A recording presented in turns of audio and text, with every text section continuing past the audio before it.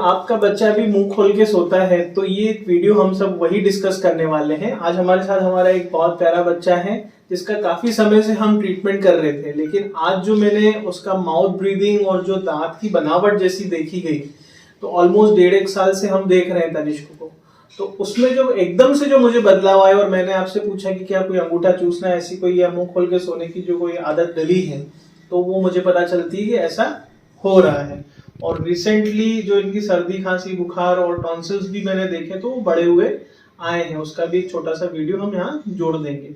तो कुल मिला के बात है कि एक पीडियाट्रिक डेंटिस्ट भी एक पोजीशन में है कि जब वो कैविटीज के लिए बच्चा आ रहा है तो उसकी ब्रीदिंग पैटर्न को देखे, उसके दांतों की बनावट को देखे और उसके टॉन्सिल्स और एयरवेज को भी देखे। तो हम यहाँ पीडियाट्रिक डेंटल क्लिनिक्स पे एयरवे फोकस्ड प्रैक्टिस में अब पिछले 3 साल से काम कर रहे हैं, जहाँ पे हम सिर्फ और सिर्फ कैविटीज पे ही नजर ना छोड़ के उसके साथ साथ जबान हो गई, गला हो गया, नाक हो गई, और इसको हम PNT surgeons, paediatricians, paediatric surgeons इनके साथ मिलके काम कर रहे हैं। तो मेरा सबसे पहला सवाल है कि इनकी जो ये सर्दी खांसी वाली समस्या है ये कब से आई है?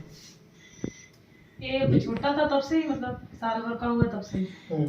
थोड़ा मुझे डिटेल बताइए, जैसे कई बार निबुलाइजेशन या गैस सुंघाने की जरूरत पड़ जाती है बच्चों को, ऐसी कोई समस्या थी? नहीं, ऐसा कुछ नहीं।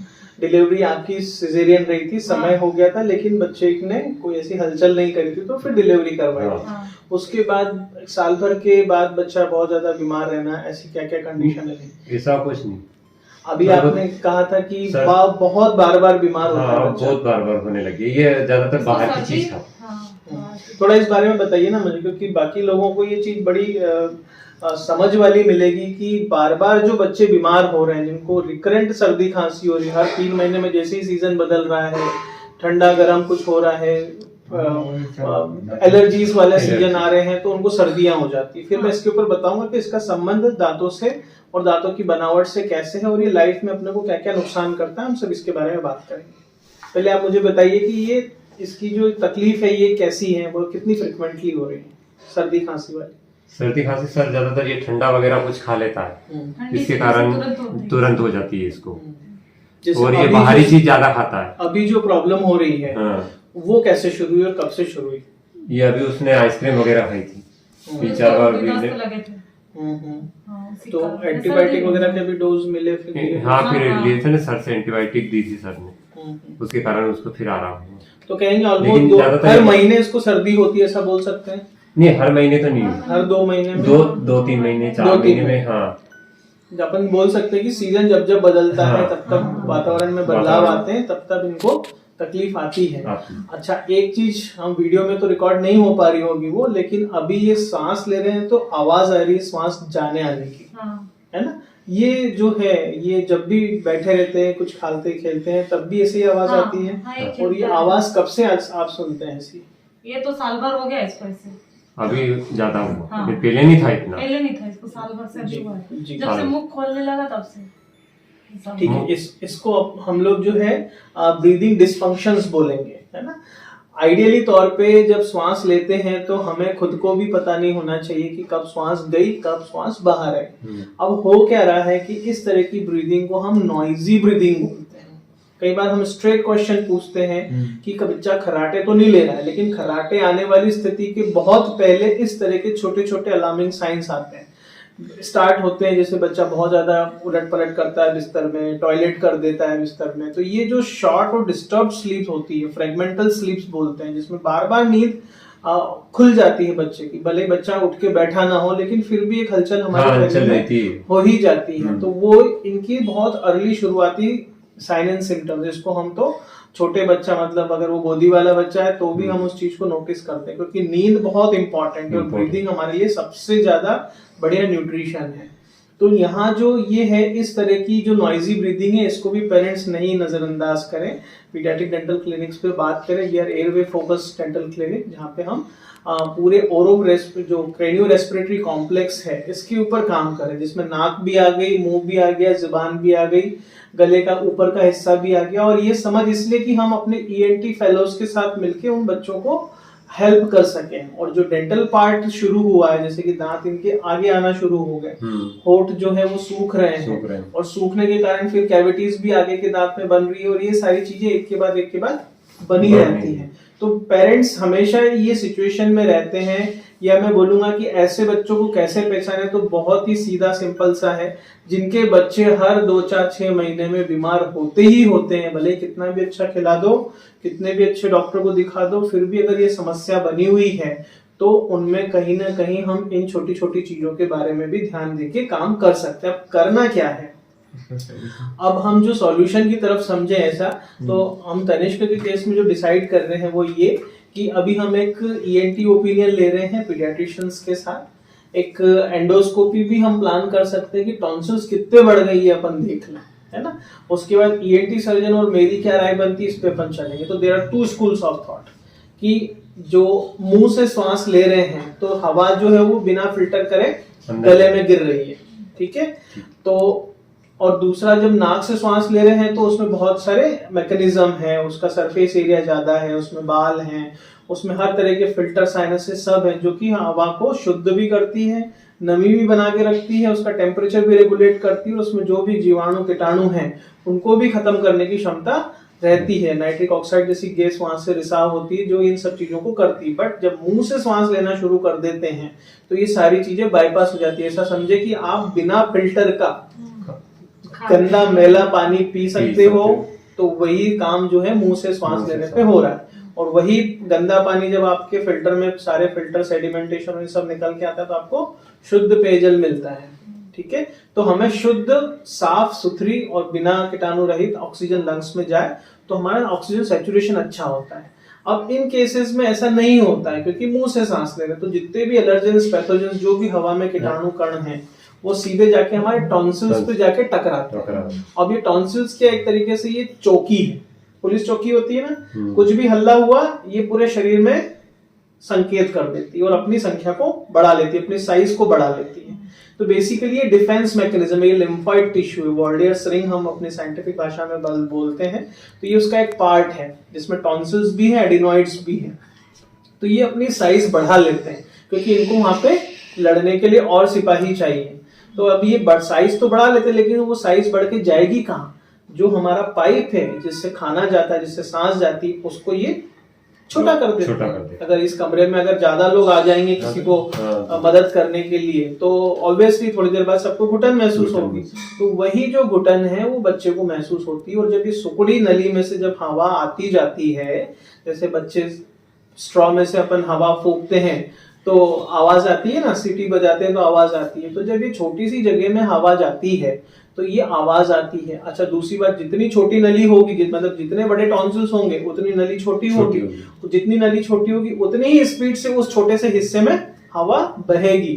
तो डॉक्टर बर्नौलीज की एक थ्योरम है जिसमें ये बताया कि अगर हम एक संकड़ी जगह में बहुत जोर से हवा मारे तो उसके आसपास की जो दीवार है वो अंदर की तरफ खिंचती है, मतलब वहां एक नेगेटिव प्रेशर क्रिएट होता है। जैसे थोड़ी सी सिंपल्स वाली स्ट्रॉ नारियल पानी की पीने की आती है ना, जो जिसमें स्ट्रेंथ नहीं होती, बिल्कुल लुप्पुस होती है, तो ज्यादा जोर से खींचेंगे तो वो चिपक जाती है, उसको धीरे धीरे धीरे ही पीना पड़ता है। और वहीं हमारी जो थोड़ी अच्छी मजबूत आती है स्ट्रॉ, उसको आप पूरी स्पीड से खींच सकते हो, वो कोलैप्स नहीं होती है। तो ये कोलैप्सिबिलिटी ऑफ अपर एयरवे है, इसको हम अपर एयरवे रेजिस्टेंस सिंड्रोम भी बोल सकते हैं।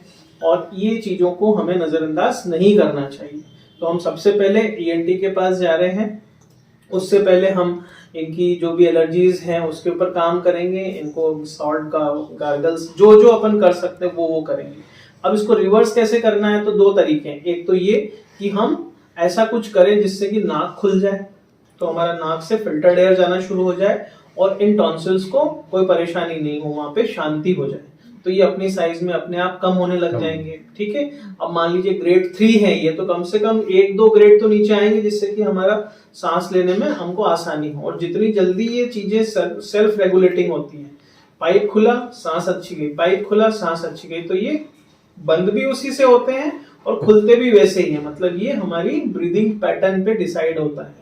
तो हम नाक की जांच करेंगे कि नाक में कोई दिक्कत तो नहीं है, कोई पॉलिप वगैरह ऐसी कोई तो नहीं है जिस वजह से बच्चा मुंह खोल के सो रहा है, वो ठीक होगी। उसके बाद टॉन्सिल्स अपने आप कम होंगे, नहीं होंगे तो ENT अगर सर्जरीज के लिए बोलता है अपने को इमीडिएट रिलीफ के लिए, क्योंकि ये हर श्वास में उसको कम ऑक्सीजन मिल रही है ना, तो ये हमें इसको नजरअंदाज नहीं करना चाहिए। तो इस तरीके से हम इसमें अप्रोच में आगे बढ़ेंगे।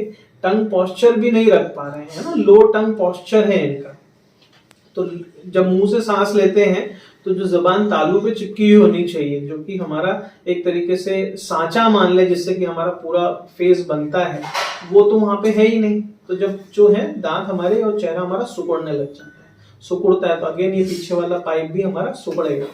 तो पूरी जिंदगी हमें एक सुकड़ते हुए पाइप में से सांस लेनी भी पड़ेगी और उसी में से खाना भी खाना पड़ेगा। तो सोचो कि अगर ऐसा घर पहुंचने का रास्ता बहुत ही सकड़ी गली है तो हमें रोज की कितनी दिक्कतें होंगी। कोई सामान आएगा जाएगा, उसको लाने ले जाने निकालने करने में कितनी छोटी बड़ी मुसीबतें आएंगी। तो हमें चाहिए कि इस एयरवेज को हम अच्छे बड़ा से बड़ा रखें, मेंटेन रखें। इसमें योग, प्राणायाम, शंख, ये बहुत सारी चीजों को हम इंट्रोड्यूस कर रहे हैं, ओम उच्चारण के ऊपर काम कर रहे हैं। तो इन चीजों पे करें। तो घर पे करने वाली बातें वो ध्यान से सुन लो आप। एक तो नमक के पानी के गरारे करने हैं, कोई भी ऐसी चीज नहीं देनी जो इसकी शीत को बढ़ाएगी, ठीक है, एलर्जीज को बढ़ाएगी। कोशिश करें दिन में थोड़ा सा मुंह में पानी भर के रखने को बोलें ताकि नाक से सांस लेना शुरू करें, ठीक। स्टीम दें, नाक से अच्छे से सांस खोलें, डॉक्टर को भी जाके दिखाना है। चौथा सबसे इंपॉर्टेंट जो अब हम कर रहे हैं वो ये कि इसको प्राणायाम सिखाएं।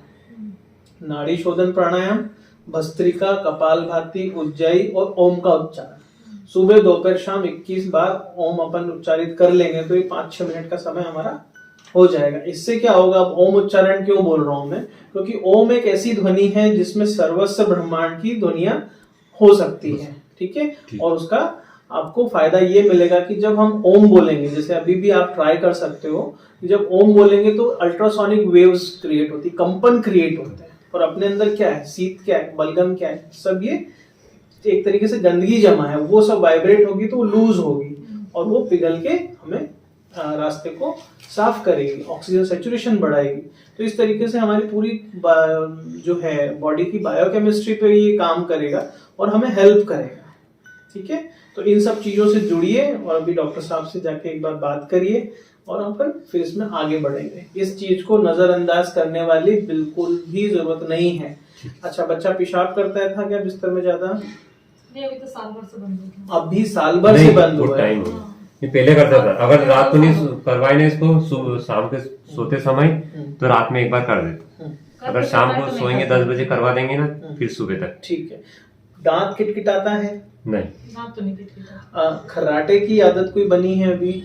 ऐसी कुछ नहीं, मुंह खोल के सांस जरूर हाँ, तब सर्दी होती है ना तब लेता है खर्राटे लेता है, ठीक है। तो ये सारी चीजें हमें उसी तरफ से लक्षण दे रही है और बहुत आसान है इसको समझना, बहुत बड़ा रॉकेट साइंस नहीं है कि एक छोटे पाइप में से जिस तरह से अपन हवा फूकेंगे उसकी आवाज अलग आएगी और एक बड़े पाइप में सहजता से कैसे हवा का चलन होगा वो समझ में आता है। तो ये हमारे लिए नॉर्मल नहीं है, ठीक, इस पे ध्यान देना है। अब इस वीडियो के माध्यम से हम उन सभी सुनने वालों को मैसेज देना चाह रहे हैं कि इस तरह की कोई भी प्रॉब्लम, भले वो 1 दिन का बच्चा हो या 10 दिन का हो या 5 साल का या 10 साल का 20 साल का हो, या हमारे स्कोप के आगे भी अगर उम्र दराज में कोई भी व्यक्ति अगर मुंह खोल के सो रहा है तो कहने की बात है कि उसका जहां से श्वास लेना है जो कि नाक है वो वाले रास्ते में कोई ना कोई प्रॉब्लम है, तभी वो मुंह खोल के सो रहा है और उसको जानना बहुत जरूरी है। इतना वेट ना करें कि खर्राटे आएंगे तभी कोई दिक्कत होगी या डिसऑर्डर्स ब्रीदिंग होगी तब होगी या स्लीप एपनियाज होंगे जिससे कि सांस रुक जाती है 10-20 सेकंड के लिए लेना। और अभी तो हाल फिलहाल में एक मशहूर संगीतकार जो हैं उनका निधन ही इस कारण से हुआ कि वो नींद में सांस ही नहीं ले पाए। तो ये सारी चीजें बहुत हो रही हैं आसपास, क्योंकि हमारी लाइफस्टाइल बदल रही है, रहन सहन बदल रहा है, खान पीन बदल रहा है और आसपास की आबो हवा बदल रही है जो शरीर पे हमारे लाइफस्टाइल रिलेटेड चेंजेस ला रही है। तो इन सब चीजों के लिए तकलीफ बहुत ज्यादा बढ़ जाए तब तक का इंतजार ना करें। मैंने जो इस वीडियो में छोटी छोटी बातें करी हैं उन टिप्स को पहचाने, बच्चों को नोटिस करें, हमसे जुड़े, नीचे जो फ्लैश दिया गया नंबर उस पर व्हाट्सएप करें। हम आपके हेल्प के लिए हमेशा आगे हैं। एंड अगेन मैं यही बोलूंगा कि हम पीडियाट्रिक डेंटल क्लिनिक्स इंदौर पे एयरवे फोकस्ड और फेस सेंट्रिक जो है प्रैक्टिस की तरफ बढ़ रहे हैं और बड़ा अच्छा रिस्पॉन्स है।